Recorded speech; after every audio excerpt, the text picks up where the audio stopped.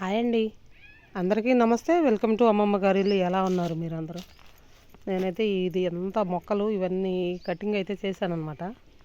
ఇవి మనం ఎలాగో వేస్ట్ పడేయకుండా ఇవి చిన్న చిన్న పీసుల్లాగా చేసుకుంటే మనకు కంపోస్ట్ అయితే తయారైపోతుంది. దీనికి నేను ఈరోజు ఇదైతే మల్బరీ మొక్క. ఇవి ఏంటంటే మనకి ఒకసారి ఫ్రూటింగ్ వచ్చిందంటే నెక్స్ట్ మనం మళ్ళీ కొమ్మలన్నీ కటింగ్ అయితే చేసేసుకోవాలన్నమాట. అప్పుడు మళ్ళీ కొత్త చిగుర్లు వాటితో పాటు మనకి ఫ్రూట్స్ అయితే వస్తాయి. అయితే మనకి ఎలాగో ఇప్పుడైతే చలికాలం అయితే కాస్త తగ్గుముఖం పట్టింది కాబట్టి ఎండాకాలం కంపోస్ట్ చాలా ఫాస్ట్గా అవుద్ది.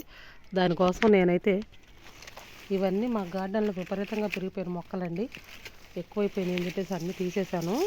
అందుకని వీటితో పాటు ఇవన్నీ కూడా చూస్తున్నారు కదా, ఇవన్నీ చిన్న చిన్న పీసులుగా కట్ చేసుకున్నాం అనుకోండి, చక్కగా మనకి మొక్కలకైతే కంపోస్ట్ అయితే తయారైపోతుంది.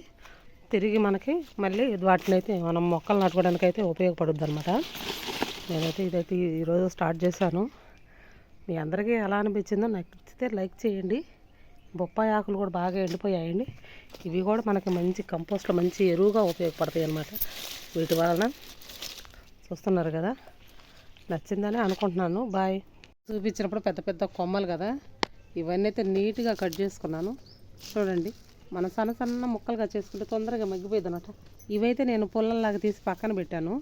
ఎందుకంటే ఇవి రేపు మనకి ఏదన్నా అంటే టమాటా మొక్కలు అవి నాటుకున్నప్పటికీ ఇవి ఎండిపోతాయి కాబట్టి వాటికి సపోర్ట్కి పనికి వస్తాయి.